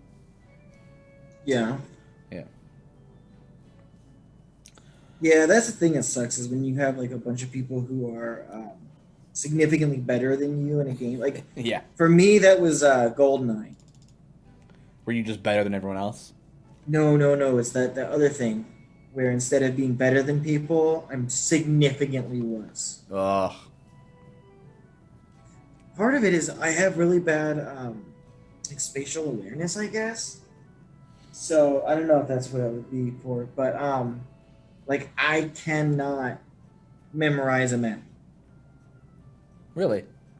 I'm so bad at it. Like even in RPGs, I will take the longest, but only because I am like trying to remember how I got into a place. I used to play like my buddy. He was one of those, rare. Also, it's not as rare anymore. No, it was on Twitch, but who would rather watch a game be played than play a game be played. Yeah. So he would always be like my navigator while we were playing the games because I'd be like, no, dude, just we're in that room. Go the other way. That's but awesome. I have good timing and stuff like fighting game timing and stuff like that. Yeah. So I would, do like awesome combat stuff. But once we were kind of in a lost state, he'd be the one to be like, all right, no, go this way. No, go this way. Okay, now this way. And you're out. Thank you. The only game that I remember being like really, really good at compared to my friends was Naruto Clash of Ninja fighting game on GameCube. I never got into the Naruto or like the kind of anime fighting games. They were like so intense. Oh yeah. No, because like Clash of Ninja was a lot different compared to the other ones. I like the newer like what are they called? Blaze Blue, or like what is that crazy one? Like Unlimited Guilty Gear. Yeah, Guilty Gear, like Unlimited Night Unbirth, whatever one that was called. It's definitely a lot more of a simple fighting game, but I was like really, really good at it. So Nice. I was kind of like top of the friend group, and then my other friend Nathan, who like loves fighting games, like it's like his favorite games, picked it up and would actually start practicing. So he actually got better than me at it, which is frustrating. Yeah. But he also he plays fighting games. He loves fighting games. That's like so he spends time learning combos and doing stuff. Like we were pretty equal for the most part, with him being a little bit ahead. But right, that as was long the as game it's I was not like, 100% lose streak, yeah, it's fun. Like I'd rather play someone who's a little bit better than me, and like have a close but good match than trounce everybody. Yeah. The matches were pretty good. Sometimes he would trounce me, sometimes I'd trounce him. Like it was pretty good. I mean, that's the nature of the beast. Sometimes you just get a really good. Yeah. Sometimes you get What comboed happened and with me and Zabuza cuts you in half, and that's it. Like game over. Well, what would happen with my brother and me, because similar situation, he would study and practice, and I was naturally good at fighting games. Yeah. So what would happen is I would be like something would click for me, and I would just be like destroying him for one session. And then he would practice and get more things done and all that kind of stuff. Yeah. Gets the combos done, all that kind of stuff, right? So. Right. And for me, like anytime, because we're basically, I would say that I am good at fighting games for the people that are bad. Like a bad at fighting games tier, I'm good. Yeah. But once you get into like people that Your top tier of bottom of the barrel. Right. Yeah. So for me that's what it is. But if someone's like, oh yeah, I'm so good at Street Fighter and things like that, my one thing that I would ask before like even entertaining is like, hey, what's a cross up? I don't know. Okay. Oh yeah. Gotcha, bud. Yeah. I see exactly where you're at. Yeah. In this game. Yeah. Profano. What's a hitbox? Oh god, hitboxes. Yeah. Profano 87 wants to know, how did they preserve the pancake for your assignment one? So if it was something that they're like, hey, I want to preserve this, but it wasn't being preserved immediately, we basically would freeze it to start, and then when it was ready to get treated, basically they freeze dry it, and then use like a Mod Podge like resin kind of thing, and then we build a frame for it. It's actually super cool because Hank is awesome at like carpentry and stuff. Like the studio for Dan Cakes is so well done, and it was basically built by Hank. Like he did like the carpentry and stuff for it. That's pretty cool, yeah. Arsenal Magus says, someone else that plays Clash of Ninja, the Kakashi Sharingan counter supers were the best. Yeah, they're really good. His Kakashi's back B was always like the best counter move in like the entire game. It stops like pretty much like all combos if you do it properly. How hard is it to do it properly though? It's just timing based. Yeah. That's what it was. Yeah, so not too difficult. I mean, you get like the couple frames of like being invulnerable because he like pulls his fist back and like during as he's pulling it back, you're invulnerable during that moment, and then you punch them really quickly. So, is it one where you have like a low version, a high version, or a low version standard? Oh, yeah. So you have like any attack, it'll block. Yeah, any attack gets blocked automatically. You have your triggers. If you're getting hit, you can hit a trigger. You hit your triggers to or one either one doesn't matter. To spend chakra to substitute behind them. So if someone's getting you in the middle of a big combo, you can like pop out of it and appear behind them. Mm-hmm. That can be the popping behind them is a little funky sometimes. Sometimes it doesn't put you in the right spot, so you gotta be really careful with that. But it's definitely one of my more favorite fighting games. I played it a lot through high school. Nice. Yeah. It kind of sucks because they only released 1 and 2 in North America. Then like 3 to 5, I think, was only in like Japan. Yeah. And they put out 1 for the Wii, which was just like really different. And I was like, okay. Yeah, games we do that. Yeah. We made a whole tier list. It's like we looked around like nobody played the game a lot. So like we'll make our own tier list, but put people who are, and we'll organize it that way. So we gotta. That's cool. Yeah, we made our own tier list and played around with it, and they because my friend Nathan was one playing it a lot and doing kind of all the work for it. We would then we would test it out like based off of like who we thought was S tier and A tier, and like okay, well if I compete with the S tier or if I can beat the A tier, then we might move things around a little bit. But yeah. Nice. I like it. It was a lot of fun.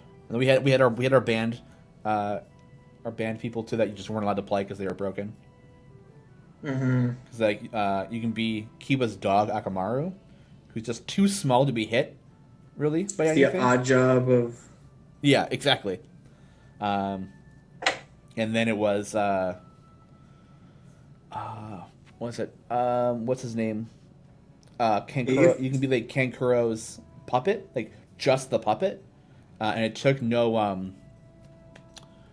what is it called? You can when you punch it, it wouldn't stagger. Oh. Yeah. So it would just sit there and take a hit, and then it would attack you back immediately. It had like armor, and it was always like, could you break the armor? No. That's stupid. Yeah, if you hit it, it could just immediately attack. It wouldn't like stagger or stun it while it's being hit. So. Yeah. Oh, hey Jedi Zero, how's it going? Welcome. Hey. Welcome to the show. Arsenal Magus. This is a tournament tier list for Clash Ninja 4 that bans Curse Steel, Sasuke, and Itachi. Ooh, weird. Yeah, I haven't played those ones yet. I kind of want to get it, but it's also like one of those. I have to like buy like a specific GameCube, and then order the games from like wherever they're gonna come from. It'd be super expensive overall. So I just have to say, with this character, yeah, I got to just mix some of like the most fun, pretty colors. Like this gray, so beautiful. Yeah. No. But like the kind of maroonish. I made the maroon a little too maroon from what I'm seeing here, which is okay. Yeah. Close enough. But the blues. The blues. Yeah. Fargon says, I've read and watched all of Naruto, but I've never played any of the games. Might start now, though. Yeah, like the fighting games were... the Ultimate Ninja ones, I think people objectively like those ones more. Because they're very like flippy, ninja quick. And like the animations in it are really cool. To be fair, Clash Ninja isn't really that good of a game. But I just had a lot of fun playing it because it was always like, go home from school during lunchtime, play with my friends, then go back to school. So... Oh, sure. I mean, we played James Bond, like Nightfire or something for GameCube. Oh, okay. One summer, like a lot, and it is like a terrible game. Yeah. But it's like versus mode had some really interesting like there's one where you get like jetpacks or like grappling guns. Yeah. And stuff. Yeah, Fierce one was just saying that grappling hooks and James Bond Nightfire is all they remember. Right. And so what we would do is we'd set damage to like one hit kills. Oh yeah. And then shotguns, and we would do shotgun jousting. Just run at each other and just there's like one of the levels is like a castle level, and there's it's not a turret. What is it called? The spire of a tower, maybe? Like just like when it's the columns or something. Yeah. Such. I don't know the official name for them. But you get where I'm going. Yeah. I gotcha. So it was that, right? And you'd grapple. Each person would grapple. Basically, 2 at a time would go. The rest would just kind of be hanging out in the stage watching. And you would grapple to one end, and the other person would grapple to the other end. And then someone would be like, and go. And you would let go, spin around, shoot your grapple, and basically swing at each other and joust with shotguns. Yeah. That's basically all we did is shotgun jousting for summer. That sounds a lot of fun. It was a lot of fun. Arsenal Magus says, I would recommend Clash Ninja 4 had the in Japanese import version. Yes, that's what I want to do.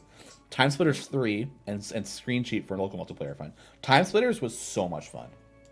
Like it's like a first person shooter, but like you have all these different characters you can be that did like I think that acted a little bit differently. And it was fun. Sounds familiar. It's just a little ridiculous. Yeah, I think I played Time Splitters 2 a bit. Ninehammer's asking, is there a spreadsheet somewhere that lists which champions are most frequently chosen from time gates? That is actually already in the game. So if when you open up your time gate, you should be able to sort by, I think, most popular. And that should be there for you. If not, you can always ask in the Discord. Ask people there what their thoughts are, and ask Mars. Yeah, you can get a bit more. Yeah, ask Mars or Garwar. Yeah, you can get a bit more like in-depth one because like honestly I don't know what your champions you have or what you need. And I think that's kind of like the big thing is like knowing what champions are available for you.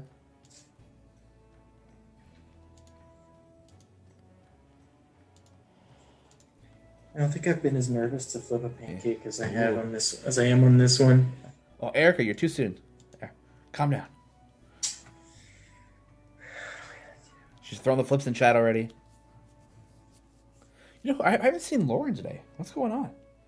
How's her? I heard she's having tons of meetings today. I don't know. I mean, I know she's setting up. She's doing like an all clerics. Oh, D&D stream.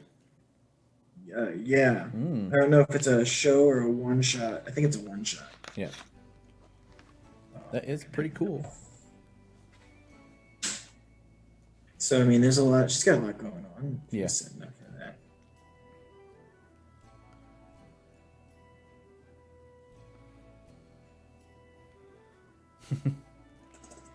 Yeah, they have a big event coming. Yeah. I think I saw her tweet about the the all cleric stream. So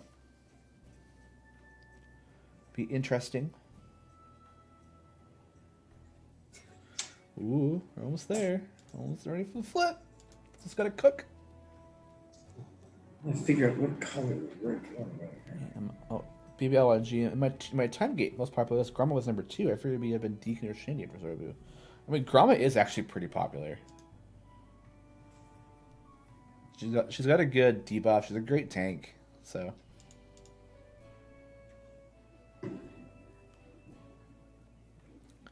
Oh, that one's only one of the cleric's only one of 3 they're doing. Ooh, crazy. Yeah, there's like a lot going on. I thought it was just the cleric one. Crazy.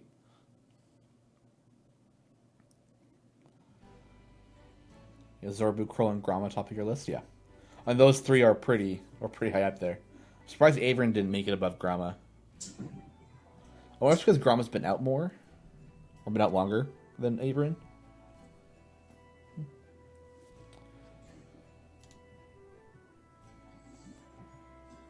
Wow. Oh, D&D Yeah, right. 3-year anniversary. Oh, crazy.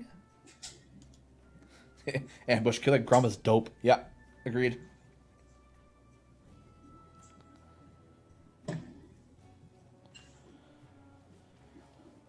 Look at all those colors. All blended together. All looking good. Oh shoot. I almost totally spaced on something really, really important. Oh, what'd you forget?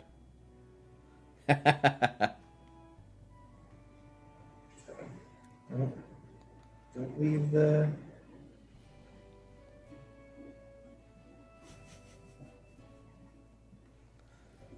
This is the signature of Lee.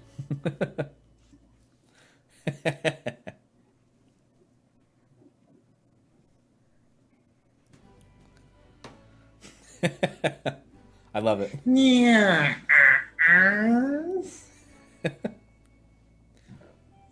I thought we were going to go a whole stream without doing that today, but I'm glad you did on this one. Yeah. You were sitting there like, I don't...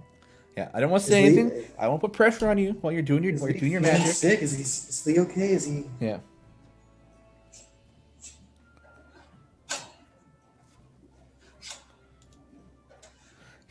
Erica just says in our chat, Gangsta Ocoria.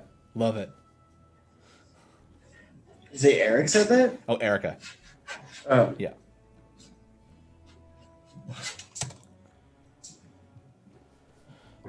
Shawn, what does the CNE do for your 1-year work anniversary? Tease you, prank you, or just any other day, or special level attention? I don't know. I will find out next month. So, is this our 20th episode? This is our 20th anniversary, yes. Yeah, 20th anniversary. Yeah. How crazy is that, Episode man? 20, man. And we're still going strong. It's been good. Yeah, it's going good. Yeah. Hopefully they give me chocolate. Yeah, I hope so too. That'd be nice.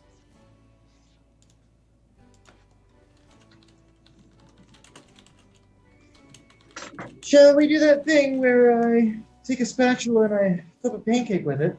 Oh, crazy. I think so. And boom. Oh, no. It's okay. It's okay. Very mild. Flip. Okay, we're good. We're good. Ta-da! This is Ocoria. Yay! Official art of Ocoria. Woo! Ocoria is here on Wednesday. And also, I heard a blog is coming out here pretty soon. Oh, it's right there. Dylan on time with the blog post. Whoop, whoop, whoop. I love it. I'm going to look at it right now, too, because we're going to look at it together. Nobody leave the stream. We'll look at it together. Oh, the shield guardian behind her. Oh. Oh, this is going to be so cool. It's happening. Woo. When did Okoria start being teased? Because I think it's been a very long time. Like, I feel like I remember like getting hired and hearing about Okoria like right away, and people being like, "Well, when's she coming out? When's she coming out?" But yeah, I like, you know, looking at like Okoria, like the arts from in game to the pancake, it's like spot on. So I'm really happy. Yeah, and that's a gooder. Yeah, Hadrolf. I don't understand how these pancakes come out looking so good. I know, crazy, right? All right, what we got for Okoria here? Warlock, Pact of the Griddle. Shield Dwarf, neutral good wizard. 20 ins, ooh, not bad. 12 con. Dex and win. That's all we get. You say good. Not bad. That's just pretty good. You say not bad for a 20 int. 20 int, yeah, that's not bad. It's pretty good. It's all right. It's all right. Yeah, it's normal. It's +5. Seen worse. Dave, yeah, so Shawn, I'm pretty sure it's before you were hired. Probably. Like I said, I remember getting hired like in September last year and being like, who's this Okoria that's coming out? When are we doing this? And then just, yeah. Oh, basic attack, magic missile. Summons 3 magic missiles that fires them at random targets. Each missile deals 30% of her DPS. Numbers of missiles can increase. Ooh. But still deals the same amount of damage. That's pretty cool. Looks like she's a support champion. Oh, and a slot 5 support champion. Okay, okay. Like where this is going. Ooh, a cheat sheet. Yep. What we got here? Formation abilities, Spellcaster School. Okoria gains a stack of Spellcaster School for each champion with a magical base attack in the formation, including yourself. Nice.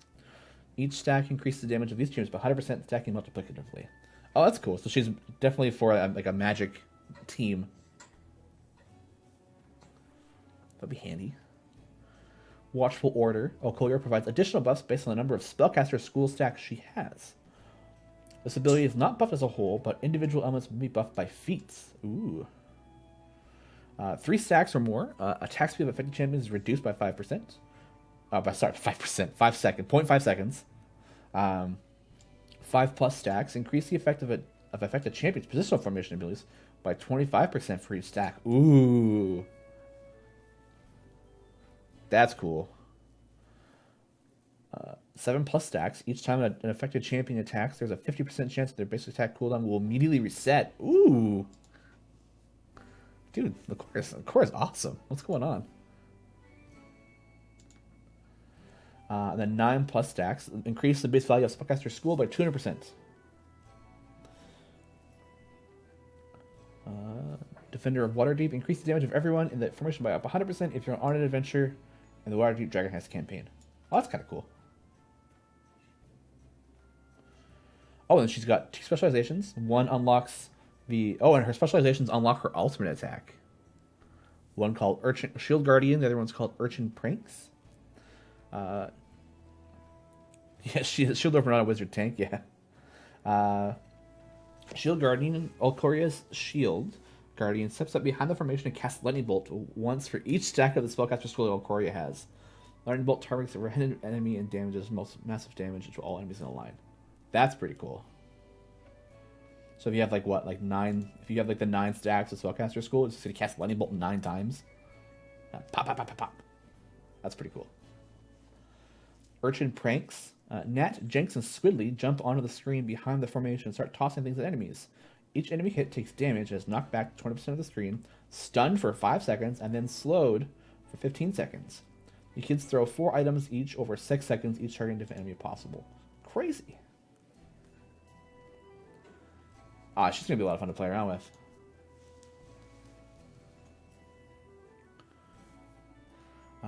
Erica saying she thinks Okoria was being teased in December 2018. So this is what soon TM means, I guess.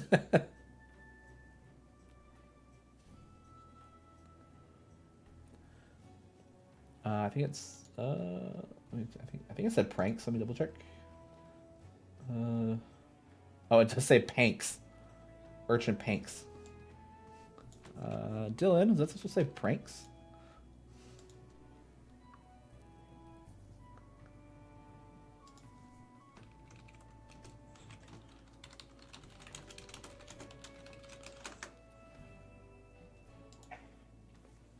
Yeah, pancakes, yeah.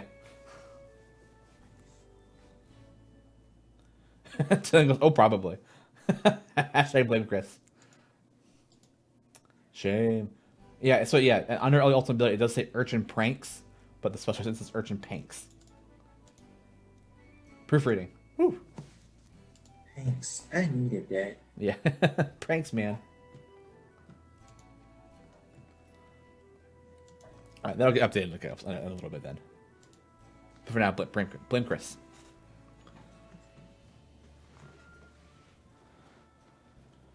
What's our time look like? I got 9 minutes. Okay, I'm going to decide Chris just goes, whoops! Whop. It happens. Perhaps the urchins played a prank on the blog post. You nailed it. That's it. Okay, so with timing being kind of like it is on this one. Yeah. Do you want to start talking about it? Yeah, let me pull up the little thing. So, yeah, Garwar's gonna read up on Corey on the stream. Where's the thing? So this is just this is what we're doing is our we finished all of our pancakes that were slated. Yeah. So this is just our bonus pancake. So this is not like here's a thing to look out for in the game. Yeah, this isn't in game, but it's something that's like super cool. Yeah, this is we're fans of D&D. Yeah. Do you want to say what you're making? Yeah, so Beetle and Grimm has their Curse of Strahd box that's coming out, and we thought it would be super cool to do some coins of the Barovian money. So this is like the Barovian coins and stuff like that. From the area, yeah, from Barovia, that have straw on the front there, yeah. Yeah. So, if you guys don't know, Curse of Strahd is being re-released. It's being revamped, and Beetle and Grimm are doing a box set for it. You're gonna get a ton of maps that have the Castle Ravenloft on the high quality paper. These are maps that are done by Devin Rue, who is like the best map maker. Devin Rue makes amazing maps. You get a cool DM screen. You get the book in it too. I'm pretty sure. Holy Symbol of Ravenloft. Like it's hype. Yeah. Yeah. You gonna drop that link? Oh, I think I got it here. Drop the link. Boom. That's how you can pre-order if you want. Yeah. And this is mostly just because we are, everyone here are first and foremost, we're fans of D&D and TTRPG and just love the game, love everything that Beetle and Grimm has put out. And so for that bonus pancake at the end, it seemed like such a cool concept. Yeah. Oh, and the Legendary Edition comes with finger puppets. So you can get like a straw little finger puppet, like a werewolf one, an undead cleric, a faceless bride. You can some little finger puppets of them. Yeah. I've always wanted to get one of these boxes. So I feel like if you're playing in person, which obviously is difficult right now depending on where you are, like it kind of adds to the experience to have those handouts. Like I don't know if you guys have seen it, but like Eric Jordan does a bunch of like handouts for his game, and his props look phenomenal. Like from what he says, like they're all done super easy. They're done in like Google Sheets, and like you dip them in tea and you put them in the oven, right? Oh wait! Oh my god! I didn't notice the Jarlax Okoria slot 6 item is a stuffy of Jarlaxle. Yeah. Why didn't we do that art? That would have been great. Oh, that's so cute. Yeah. Well, here's the good news, man. Our show is, at the very least, gonna have another 10. Yeah, at the very minimum, another 10. Yeah. All right. Panks has been updated to Pranks.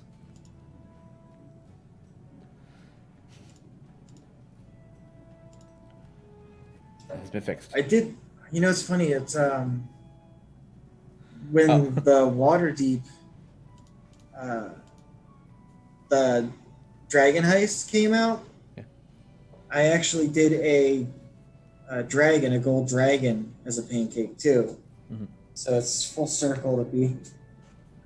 Yeah, and coins are very interesting. Yeah. It's hard to really make them look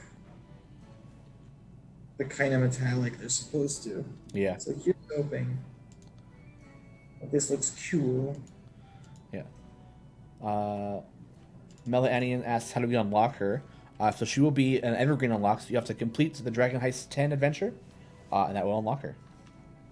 To be fair, Eric does say his props aren't easy, and Sash does say he does take hours to make them, but it's still it's from what I understand, it's very accessible. There's no crazy tools. The technique of aging is what I think he's referring to as being. Yeah, and all the come up with the writing and all the stuff on that stuff. So there will be a day when the world settles back down into some kind of new normal. Yeah. Where I will get to either be at a convention working with you guys or visiting for some kind of shenanigans. Yeah. And I want to play in a game with Eric, and I want him to make those cool props. Cool props, yeah. Please, please, sir. Yeah, please, sir. I want some more.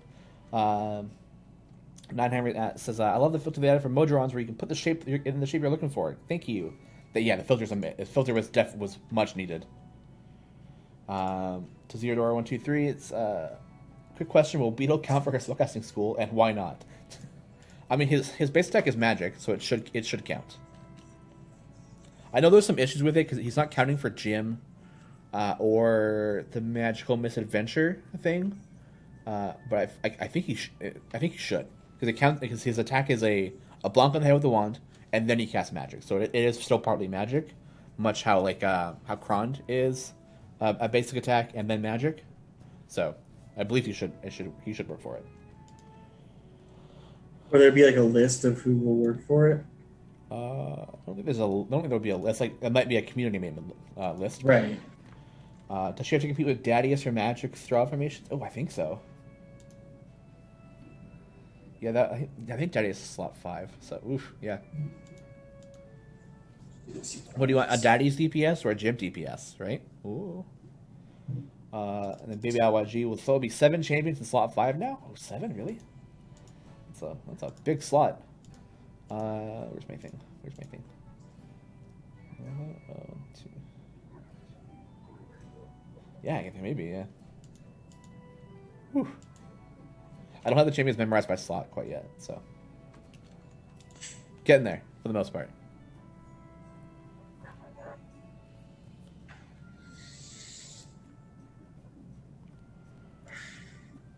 I like big slots, I cannot lie.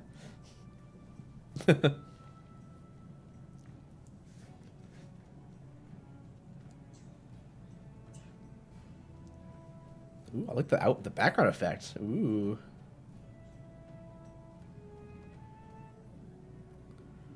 Looking so fancy.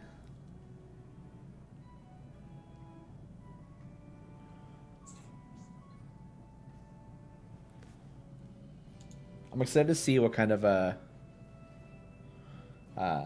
formations people come up with for Ocloria. Right, because I mean, if that ability is really good, it can kind of totally, if people are using it in shows that's just awesome and they're responding really well to it. Yeah, it could change a lot of the dynamics of who. Maybe that's how Delina gets her comeback. Yeah, she's magic. Yeah, that's true. Yeah, I like Watch Order. I think that's super cool. Based on the magic people in your formation, you get bonuses on that. I think that's really cool. I love the 50% chance to reset their base cooldown, their base attack, and just attack again. That's cool. Yeah.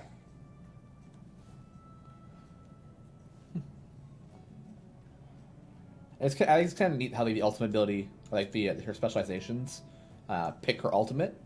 So you kind of have two options. You have like a big damage burst, or a lot more like crowd control.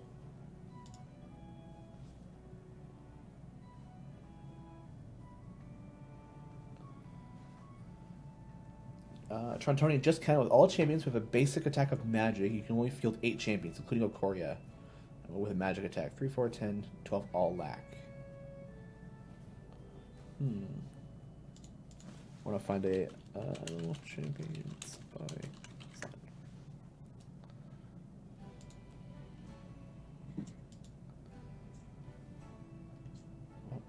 Oh god. Yeah, the big question is Okoria better buff for Jim or Delina? Yeah. I mean, you can just use both. Oh no, they're in the same slot, right? So 10 is Tyrell, there's your tank, yeah.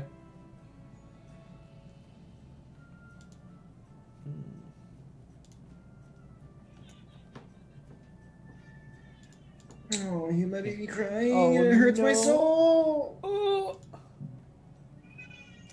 Are you gonna check out that that new Netflix movie that just came out? The is it like Powers? Super Power Pill Power? I've not heard of it, no. What is it? It's definitely not called Power Pill. Powerpuff Girls? No, it's got Jamie Foxx and Joseph Gordon-Levitt in it. Oh, that's cool. Oh, where isn't The Joseph Gordon-Levitt powers. like the evil person? Like I the don't know, man. antagonist, yeah. It just is a thing that came out. Yeah, maybe. Trontonian like Das Olgi was saying, Gromma in slot 3 can have a magic attack because acid arrow. You can spec her to get magic.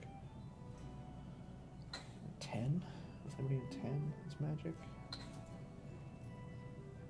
Yeah, 10 is a bunch of fighters, and then 12 is a bunch of fighters. Yeah, so. Yeah, so at least 14 and 12 all lack magic, at least. Yeah. So. Oh, that was so sweet. Ashley just came out with the baby, and as soon as he saw me, besides for the giant smile on his face and the laughing, he was just pointing at me. Pointing at you? Who is that? Yeah. He's doing real good with his points. Oh. All right, let's get this Project baby flipped. Power. Project Power. Ah. Hey, Gromma and DPS spec, is that a thing? It is a thing. All right, fingers crossed on this.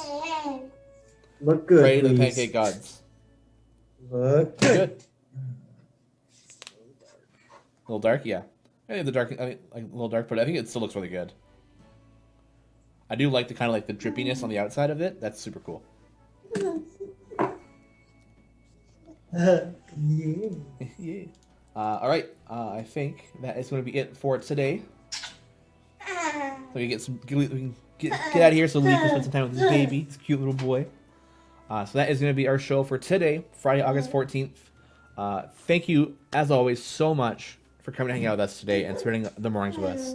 We appreciate it. It's just a blast to sit here and every morning and every Friday morning and hang out with you guys. Yeah. And of course, also. It's my favorite. Yeah, and of course, hang out with us in Our Champions and Dragons communities. You guys just beyond awesome. This show exists because of a number of amazing people behind the scenes, of course, including our co-producer, Sasha. Thanks for so much for spending the Friday mornings with us. As well as our producer, Dungeons & Dragons, Greg, Bart, Pelham, Allison, Shalling, and Lisa. And don't forget, 1 p.m., Garwor's Guide to Everything Our Champions. Hang out. Probably go and hang out and watch and read over the Okoria thing again. But it's going to be a lot of fun. All right? See you guys. Mwah. Bye, Love you all. everybody. Bye.